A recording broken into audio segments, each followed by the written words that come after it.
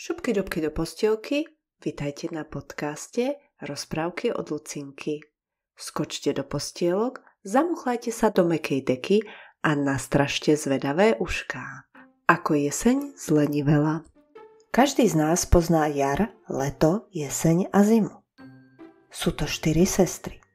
Každá z nich príde na zem na 3 mesiace a stará sa, aby všetko fungovalo podľa jej pravidiel. Ostatné 3 sestry sú zatiaľ na dovolenke a oddychujú.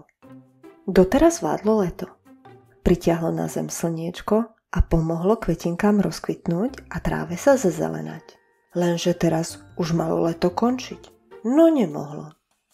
Jeseň sa stále neukazovala. Hoci už prišiel september, bolo stále teplé a krásne počasie. Ľudia boli z toho dopletení. Deti sa nemohli sústrediť v škole, rodičia v práci, stále vyzerali von z okna a obdivovali, ako je vonku krásne. Kúpaliská boli stále otvorené, stále ste si mohli kúpiť zmrzlinu.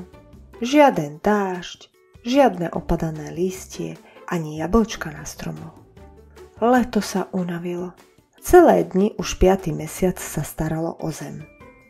Videla to aj zima, aj jar a vybrali sa jeseň hľadať. Kde sa ale tá nezvedná sestra schovala? Tak toto už nejde. Za chvíľu už bude zima. A čo to bude za zimu, keď nepríde po jeseni? Konečne ju našli. Jeseň si vyšla na dovolenku k moru. Celé dni ležala na pláži a opaľovala sa. Pila svieže limonády a oddychovala. Leto sa jej páčilo. A vôbec sa jej nechcelo robiť. Darmo ju zima a jar prehovárali, jeseň sa však nedala.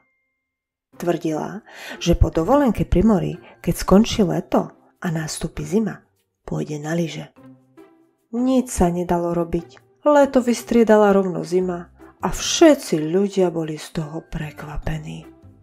Jeden deň horúco, jeden deň mráz, jeden deň plávanie, druhý deň lyžovanie.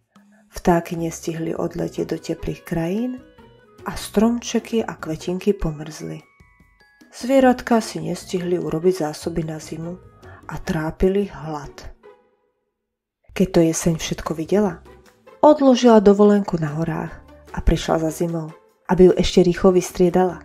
A tak sa z jedného dňa na druhý všetko napravilo. Jeseň už nikdy nebola lenivá a odvtedy každý rok pracovala tak, ako bolo treba. Ešteže tak. Ak sa vám táto rozprávka páčila, budem rada, ak jej dáte like. A ak chcete počúvať i ďalej, ďalšie rozprávky nájdete na mojom profile Rozprávky od Lucinky. Prajem príjemné počúvanie.